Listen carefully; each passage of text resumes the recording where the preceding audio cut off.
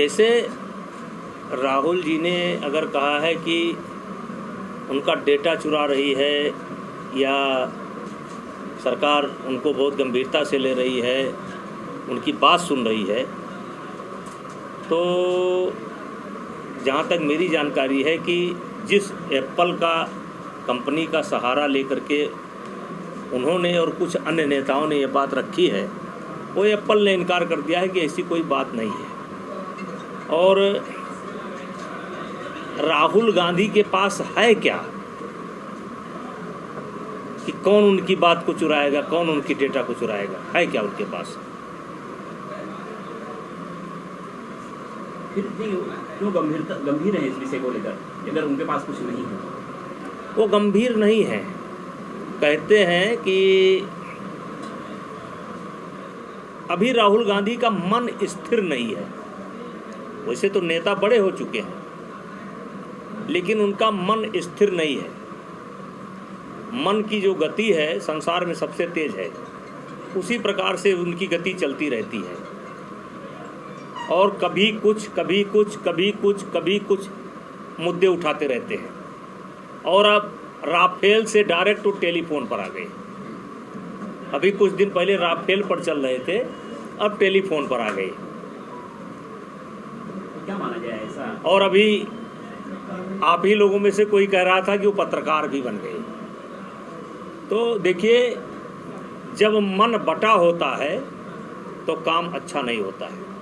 राहुल गांधी को मेरी सलाह है कि थोड़ा योगा वोगा करें, ध्यान करें, और पहले वो अपने ऊपर कंट्रोल करें, अपने मन के ऊपर कंट्रोल करें कि उनका विजन क्या है, वो क्या लेकर के चलना चाहते हैं।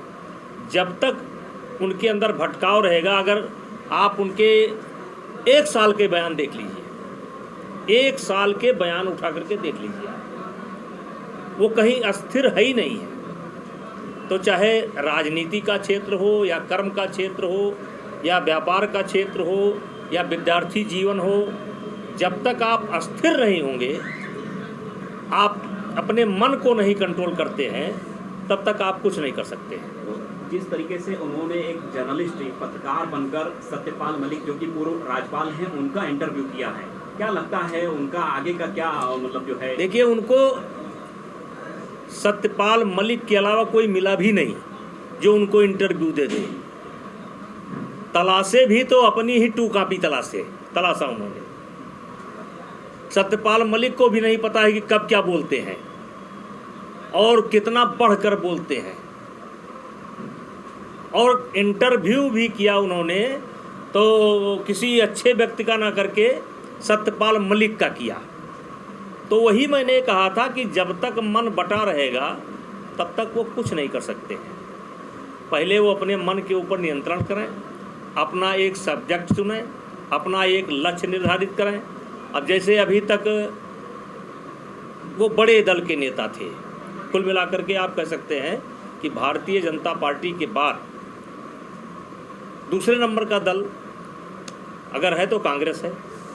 एक समय था कि कांग्रेस कई वर्षों तक इस देश पर राज भी किया है। अब ये छुप रहे हैं किसके पीछे? इंडिया गठबंधन बना करके लालू यादव के लड़के के पीछे छुप रहे हैं। अखिलेश के यादव के पीछे चल करके अपना भविष्य तलाश रहे हैं। इंटरव्यू भी ले रहे हैं तो सत्यपाल मलिक का ले रहे हैं, जो खुद इतना विवादित आदमी है, जो गंभीरता से बात नहीं करता है।